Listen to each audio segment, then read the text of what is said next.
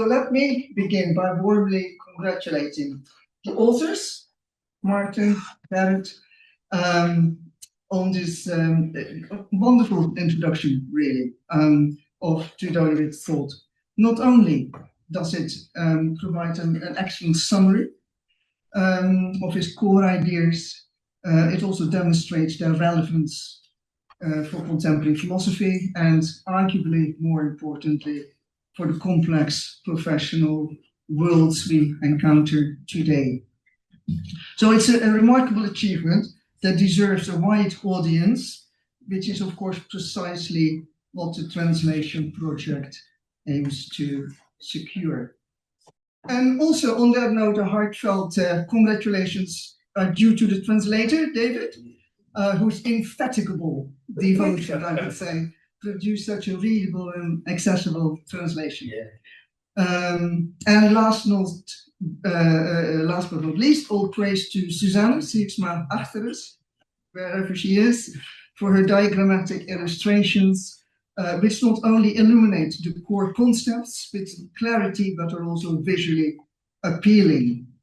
And it certainly marks a striking advance on the first introduction to Dooyeweerd that I read, and that was J.M. Speer. Yes. Ja? Yes. Inleiding in de wijsbegeerte der wetsidee, originally written in 1939, and then the second and third edition came out in 1947. It contains exactly 2 black and white diagrams. I'll show you. One here.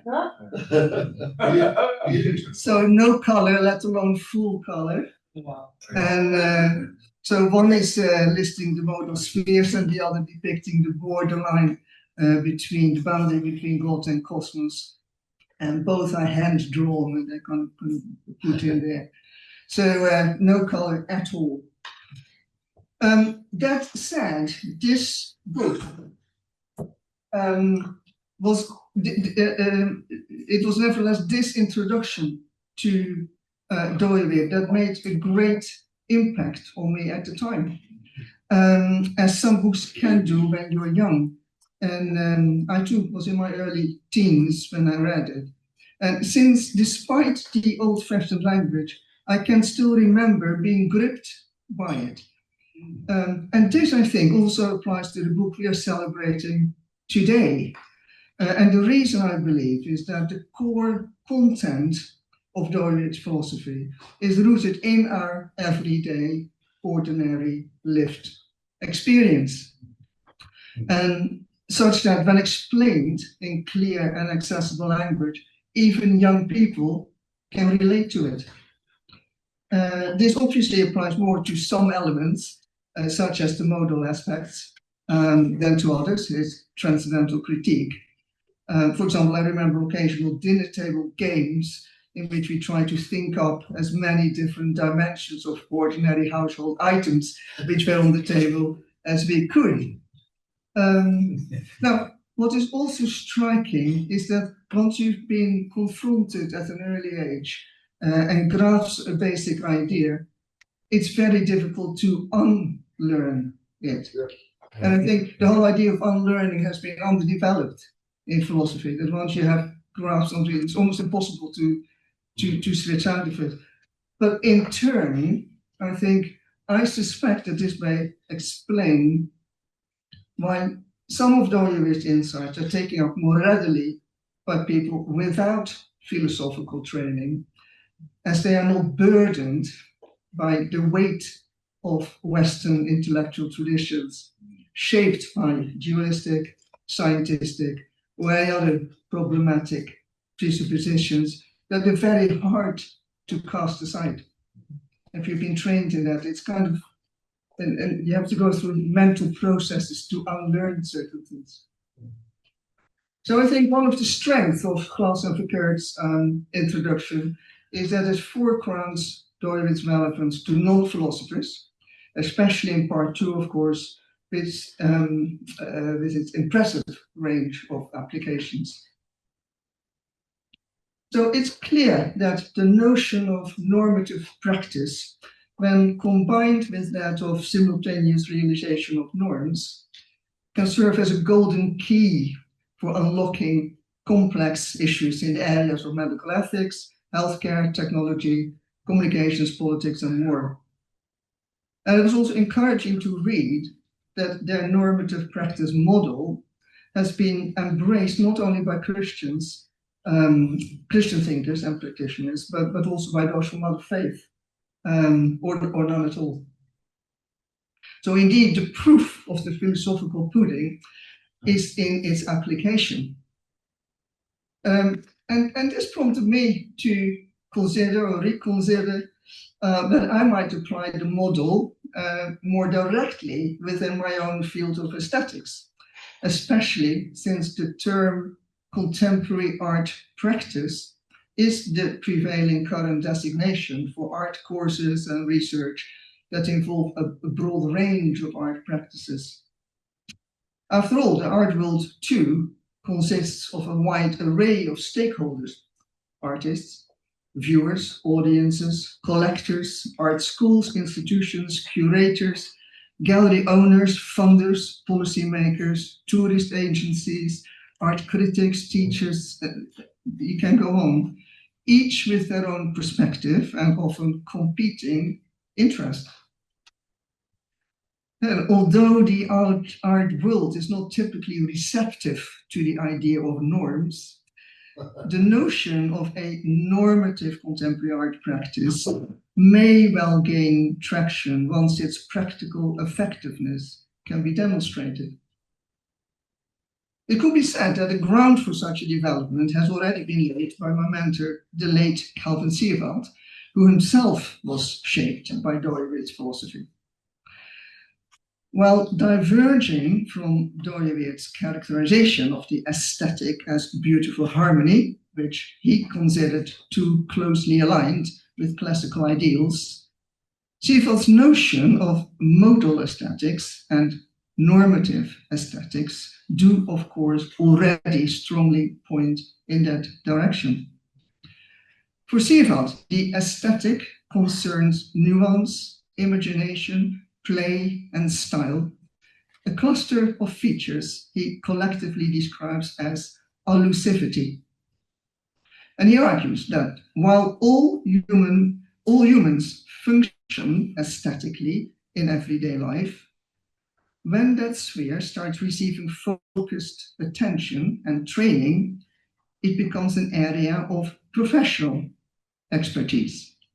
And at that point, playful craft turns into works that are marked by a nuanced allusivity that invites sustained aesthetic engagement. Another promising foundation for a normative approach has been laid by Lambert Zuidervaart, another student of Sierveld who, without employing the term, effectively sets out something like it in his books on artistic truth and art in public. Drawing implicitly on Kuiper's notion of sphere sovereignty, he argues that non-profit contemporary arts are socio-cultural goods that should operate independently of both government control and the free market. At the same time, so he suggests, they still merit public funding because they help sustain and protect the public sphere, the middenveld in Dutch, and strengthen the social economy to which they belong. I myself have used Zuidervaart's arguments in a chapter for his festschrift to argue for the need for public funding for a series of commemorative murals in the bauxite area of Derry, Northern Ireland. One of the challenges, of course, is that it's notoriously difficult to assess the value of art, whether in monetary terms or through performance indicators. How, indeed, does one measure the worth of an aesthetic experience? Finally, Dooyeweerd's notion of modal diversity also gave me a unique lens through which to engage the work of the philosopher Susanna Legger, who was born just 1 year after Dooyeweerd and who developed her ideas within much the same intellectual climate. So, drawing on Cassire's philosophy of symbolic forms, Langer conceived of art as a non-discursive symbolic form that operates alongside the sciences and religion in making sense of the world. And she too maintained that reality can be engaged with and made sense of by means of multiple, irreducible perspectives, and that science is just one of them. And one of her repeated sayings was that there is no single or privileged true form of a thing or an event. But let me finish on a lighter note and share my recollection of my first in-person meeting with the great philosopher, and I mean Dooyeweerd here, not Langer. And this experience was a little bit different from David's. So let me start by mentioning that I may well be the only person outside his immediate family who can claim to have met Dooyeweerd while wearing their pajamas. Now, I realize this statement will require a little context. I was 6 or perhaps 7-year-old, and it happened at my parents' home in Amstelveen. So my father had been a student of Dooyeweerd in the 1940s, and he had invited the much admired professor and his wife Jontina for an evening visit. In Dutch culture, it was common to invite friends after dinner, often around children's bedtime, so they would be out of the way. Now, in our household, it was custom for my brother and I to come briefly downstairs to say a quick goodnight to the guest, who would usually engage us in a short or friendly conversation. Not so with Dooyeweerd. Nor his wife, I think, although I cannot remember her properly. What I do remember, though, are 2 things. First, Dooyeweerd was smoking. And although ours was a non-smoking household, we always kept a box of cigarettes and cigars for guests. And I recall being struck by the strong cigar smell and smoke that filled the living room when I walked in. Now, the second thing I remember is that he showed no interest whatsoever in either me or my brother. In fact, he kind of pushed us along as an inconvenient interruption to his conversation. Perhaps he found the whole good night ritual a little bit odd or embarrassing, or after all, he had 9 children of his own, so they would not have received all this special one-to-one attention. Perhaps he simply wanted to enjoy a cigar. Whatever the case, no friendly chat. And even now, I still remember feeling slightly insulted by the whole experience. Still, just to show I'm holding no grudges, I'm more than happy to recommend the book and this as an introduction to his thought to anyone who might be interested. And once again, my warm congratulations to the authors, the translator, and the illustrator. Thank you for your attention.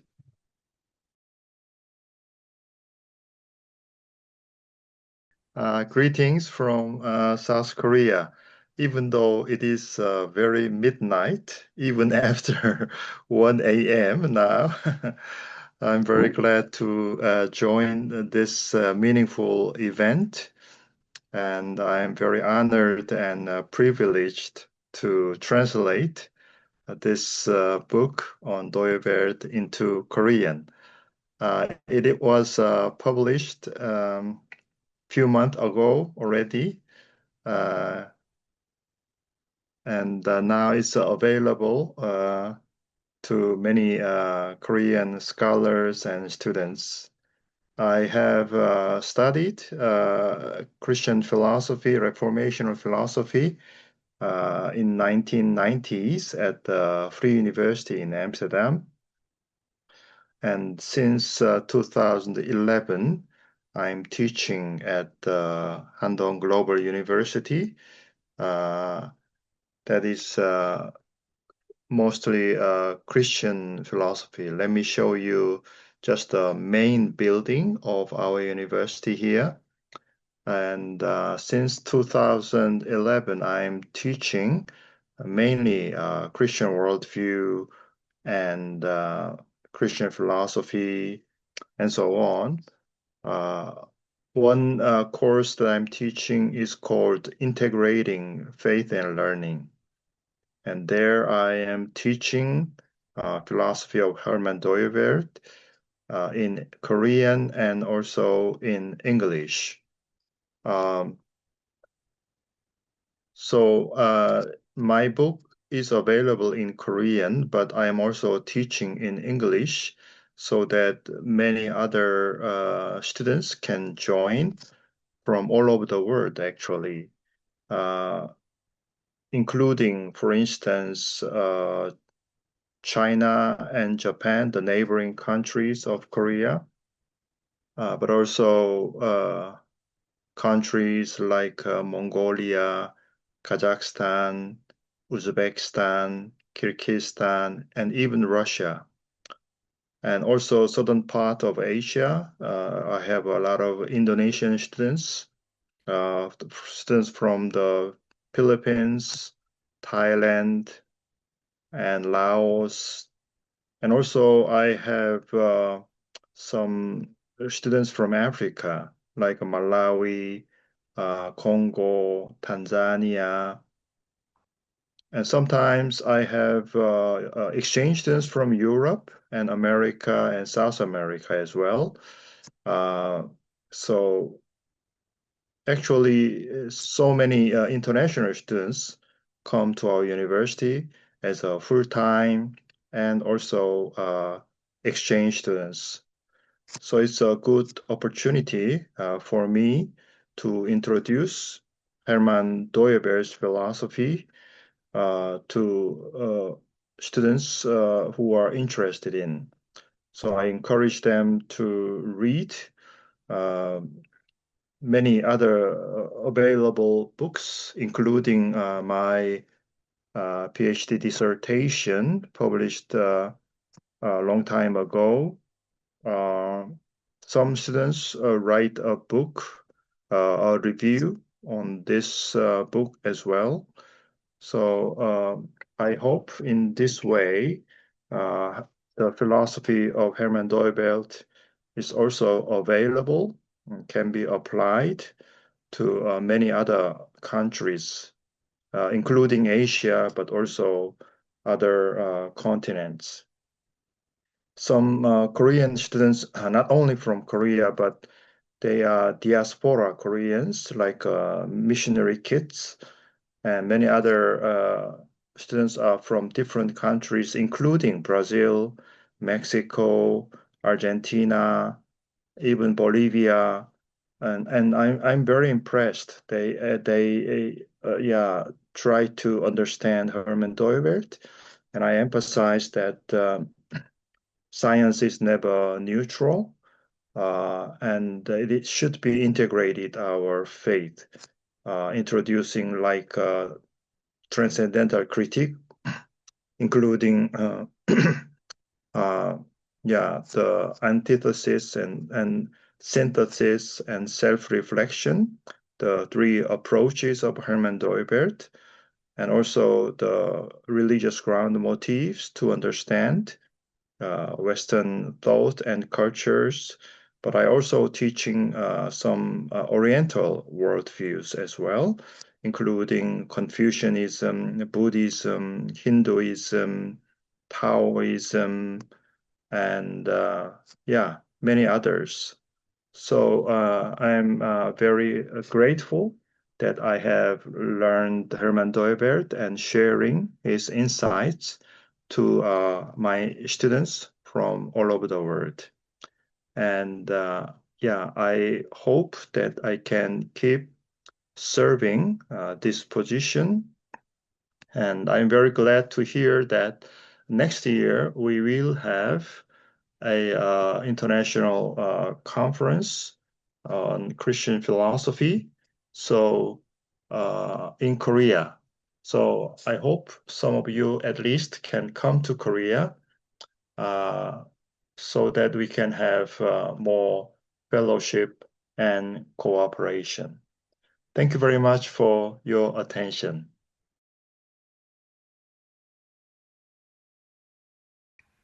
Hello, my name is David Koyzis, and I am an academic political scientist who taught at the undergraduate level for 30 years.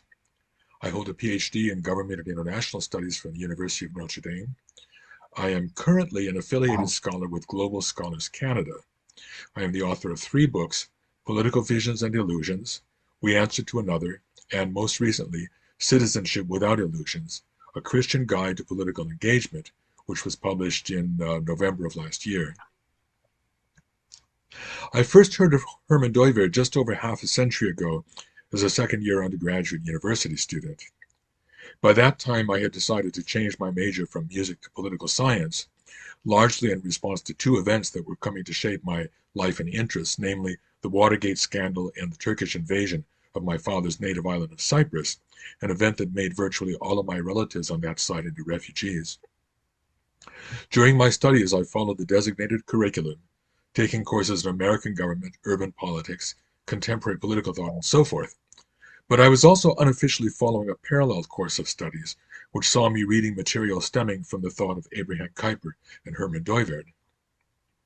50 years later, I have difficulty recalling why I found this all so remarkable. But as a cradle Christian, raised by believing parents, and baptized in a Reformed church congregation, I was taken by the insight that all of life belongs to God, and that we are called to live out our gratitude for salvation in Jesus Christ in every area of life. That simply made sense.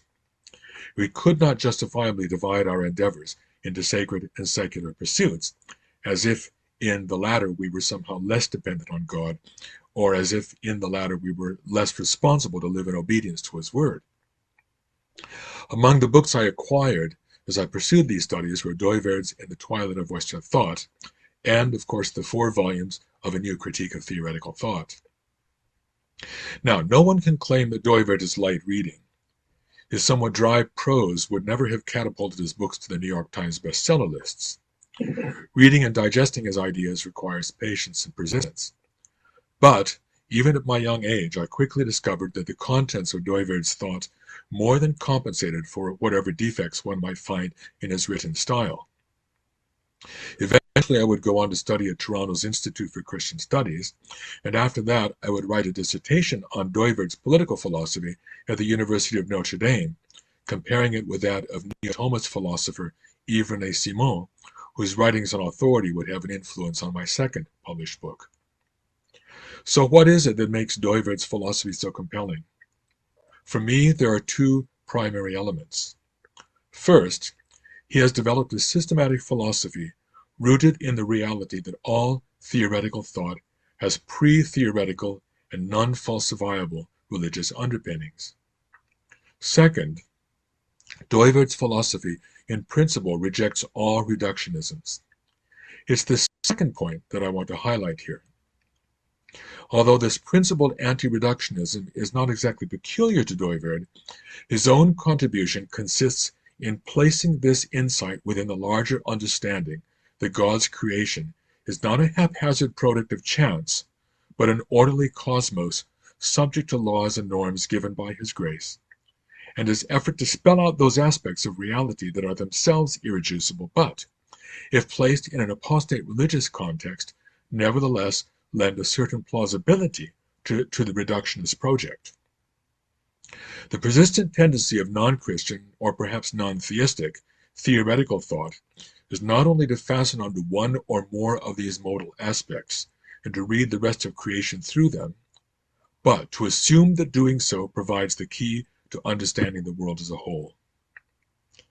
Given his principled anti-reductionism, I personally have found Dooyeweerd exceedingly helpful in analyzing the political ideologies that have so heavily impacted public life in our world since at least the French Revolution. What do we make of the competition in our parliamentary bodies amongst the followers of liberalism, conservatism, nationalism, democratism, socialism, and so forth. For more than 2 centuries, Christians have been compelled to choose amongst these contenders for their political loyalties. More troubling yet, Christians have taken sides and defended these ideological visions, or perhaps illusions, against their competitors, when a more measured and spiritually discerning approach would almost certainly be wiser. Each of these ideologies, in its own way, is reductionist, assuming that a particular facet of reality provides a key to the whole. Thus, liberalism, while properly valuing personal liberty, assumes that all communities can be reduced to the collective wills of the component individuals, thereby denying the distinctiveness of particular kinds of communities. Under this ideology, marriage, family, church congregations, and even the state itself become mere voluntary associations amongst contracting individuals who retain their sovereignty over them, defining their structural purposes as they see fit. Socialism, too, while correctly valuing communal ownership of productive property, neglects to recognize that this already exists in multiple overlapping forms. Its followers thus dangerously aspire to consolidate all these forms into a single all-encompassing whole, an aspiration that nearly always ends up empowering the state at the expense of the genuine pluriformity of society. Dooyeweerd's philosophy does not constitute the only theoretical defense of this pluriformity of society in the face of the distorting visions of the political ideologies. But I believe it offers the best account of the diversity in God's world and in the human society and culture which He has created us to develop and fulfill. Given the increasing polarization of especially the American, and to a lesser extent the Canadian bodies politic, I believe that Dooyeweerd's philosophy, as laid out in the 3rd volume of his New Critique and his other writings, offers a fresh vision of reality that could serve to heal the divisions, especially within the Christian community. 2 organizations have been especially influenced by Kuiper and Dooyeweerd's legacy. The first of these, here in Canada, is the Christian Labour Association of Canada, founded in 1952, and dedicated to being a healing presence in the workplace. Several of my own students have gone on to work for the CLAC after graduating from university. Another significant organization is the Center for Public Justice, headquartered just outside Washington, D.C. CPJ was founded in 1977, and I have been associated with it since its beginning. I now serve on its board of trustees. Its mission is to serve God by equipping citizens, developing leaders, and shaping public policy to advance justice for the transformation of public life. Given once again the increased polarization of the American body politic, CPJ's efforts, rooted in the tradition of Kuiper and Dooyeweerd, have an important role to play in bringing the light of Christ to bear in the political realm. Thank you very much. I was trained first as an historian and then as a philosopher at the Free University, at that time really the home of Reformational philosophy. And I've been professor of Christian philosophy at the Erasmus University in Rotterdam for 16 years. So I was one of those professors who introduced students year after year in the systematics of this philosophy. So the 4 big theories about moral aspects, the entities, the ground motives, and the transcendental critique. And what we had a kind of handbooks like Adrienne showed to us in the past, Speer and Kalsbeek. They were all translated in English. And then we had René van Woudenberg, that was a fine book in the 90s. I used that book with students. I've at least found it a fine book, but it's, I think, 35 years ago that it was published, and we were really in need for a new introduction. And all those other introductions, they always started with, let's say, somewhere a chapter on the modal aspects, but the kind of schedules you showed to us. It had some really theoretical start. And I think what the real benefit of this book is that it starts with narratives. Right? So it introduces all the systematic thoughts in the context of narratives. And I think that's very good. Secondly, I want to point to the Neo-Calvinist Research Institute in the Netherlands. I'm a member of that institute. It's now at the Theological University in Utrecht. I'm employed as a professor at that theological university, although I'm not a theologian, as I explained. But this Neo-Calvinist Research Institute is now the place, I think, in the Netherlands, much more the home of Neo-Calvinism in theology and in philosophy. And they're interconnected, of course. Right?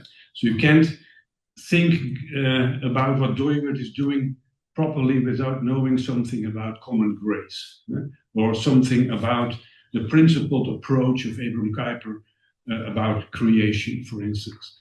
So there's many interconnectedness between theology and philosophy. Well, I think perhaps it's basically the same, right? It's the same approach, with different means. But so I want to point to this Neo-Calvinist Research Institute, also in the context of this theological university. What we are now developing together, and Gerrit and Maarten are also involved, is a master's program where this book can function as core literature and also some other literature, of course.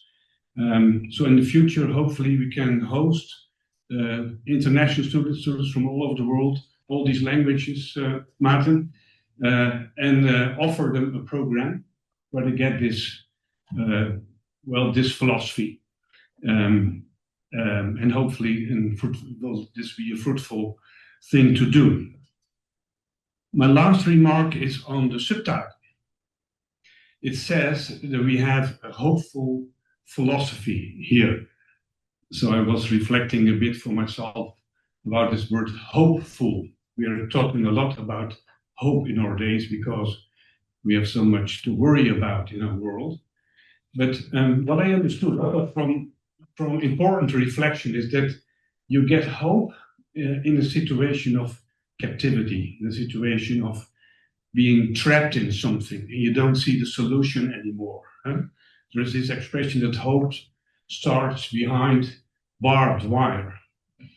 And then I thought, well, many people are perhaps trapped in, let's say, the immanent frame, what Charles Taylor calls the immanent frame, and they don't see how to proceed from that anymore. So we are closed in a way, in our world, and many thoughts have dead ends at this moment. We don't see where it will end. And hopefully, this hopeful philosophy will liberate us, or will liberate new generations, open up, let's say, more transcendental views on our thought and the ways we experience reality. And so it wasn't mentioned this afternoon, so I thought I'm going to say this about hope. So there's an opening to the future in this philosophy still, although it's a philosophy that is developed in the past, but it's still going on. So this meeting is an example of that, it's a demonstration. And in the end, it has also to do with proclaiming Christ. That also has not been said this afternoon, but that was for Dooyeweerd important, something he did express in the forefront of his work, but it's there. Right? It's proclaiming Christ, because Christ and meaning is very interconnected in the work of Dooyeweerd. So congratulations, and hopefully this will be a hopeful philosophy. Hello, everyone. First, I would like to thank Maarten for your kind invitation and the great opportunity to participate in this important event. Let me tell you a little bit about me. As Maarten said, my name is Arturo González, and I am living in Querétaro City from Mexico. And I would like to share with you that after my bachelor degree in electrical engineering, I went to the Presbyterian Seminary in Mexico, to study master degree in philosophy.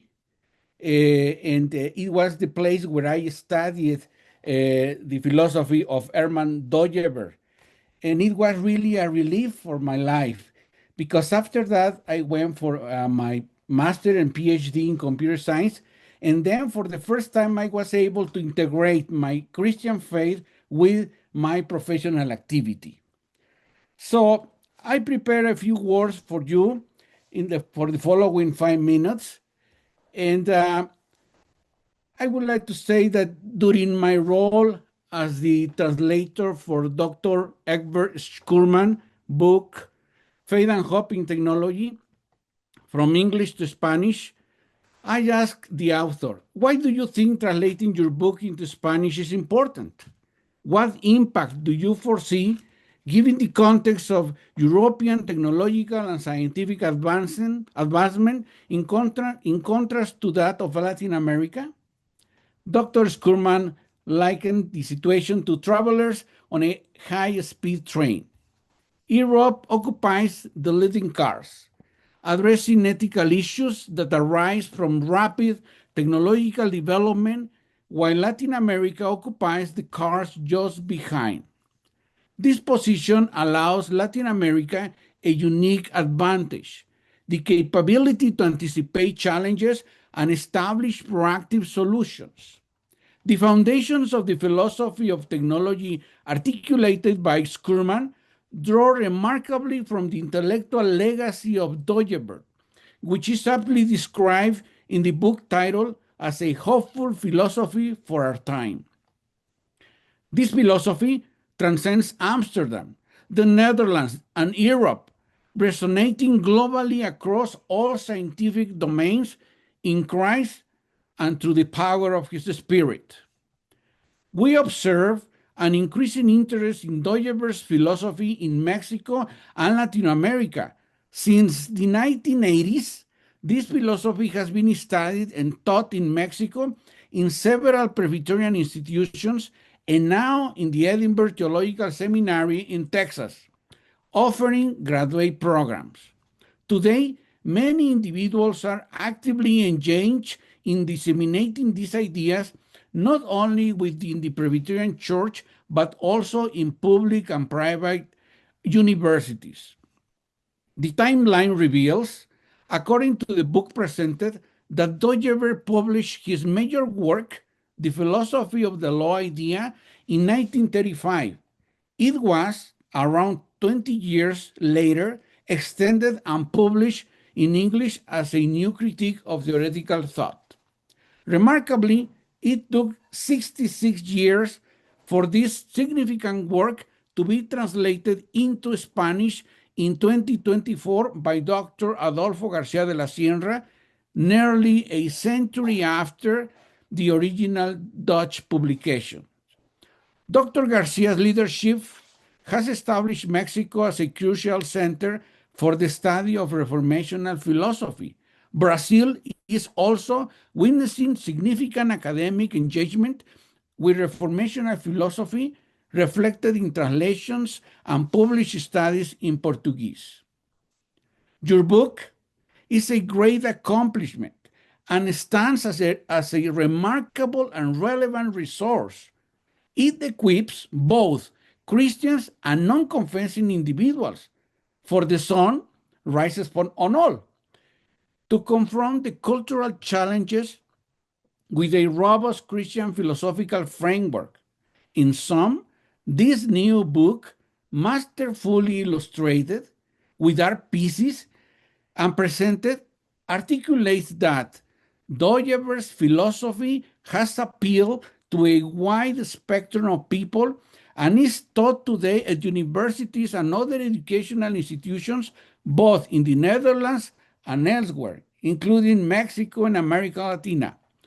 What resonates in it above all is, and has always been, that Christians have something to contribute to the development of society, to technology, to the scholarly disciplines, and to the development of the professions. This philosophy shows that Christian inspiration does not place you out of order. in such discussions, but right at the center by defining you at the core.